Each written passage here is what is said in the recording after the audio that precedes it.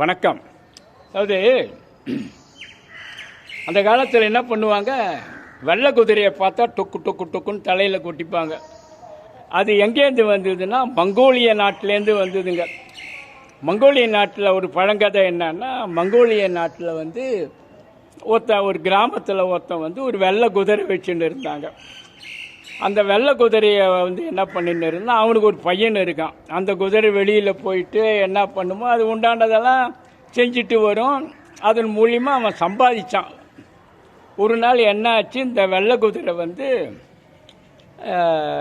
காட்டுக்கு போச்சு, வரவே இல்லை.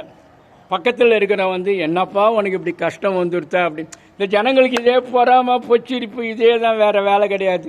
என்னப்பா உனக்கு இந்த மாதிரி உனக்கு கஷ்டம் வந்துடுச்சா, உன் குதிரை போயிடுச்சேன்னு ஒன்று. எல்லாம் நன்மைக்கே, ஆல் ஃபார் குட்டுன்னா.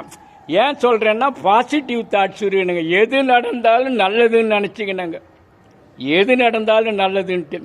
என்ன பண்ணால் அந்த குதிரை வரலன்னொடனே இவன் பாட்டுன்னு வேலையை பார்க்குறான். அடுத்த நாள் 6 குதிரை கூட வந்துடுச்சு. என்னடானா காட்டில் இருக்கிற 6 குதிரையை கூப்பிட்டுன்னு வந்துடுச்சு. திருப்பி வந்தாங்க அந்த பேசுகிற அந்த தின்ன பேச்சு பேசுகிறவங்க. என்னப்பா உனக்கு அதிர்ஷ்டம் எப்படி வருத, 6 குதிரை சேர்ந்து வந்துடுச்சே அப்படின்னும் போது எல்லாம் நன்மைக்கே அப்படின்னா. சரி என்ன ஆச்சு, அதை குதிரையை ட்ரெயின் அப் பண்ணுறதுக்கோசரம் அவன் பையன் இது பண்ணும்போது ஒரு குதிரை இவனை கீழே தள்ளின உடனே கால் உடஞ்சி போச்சு.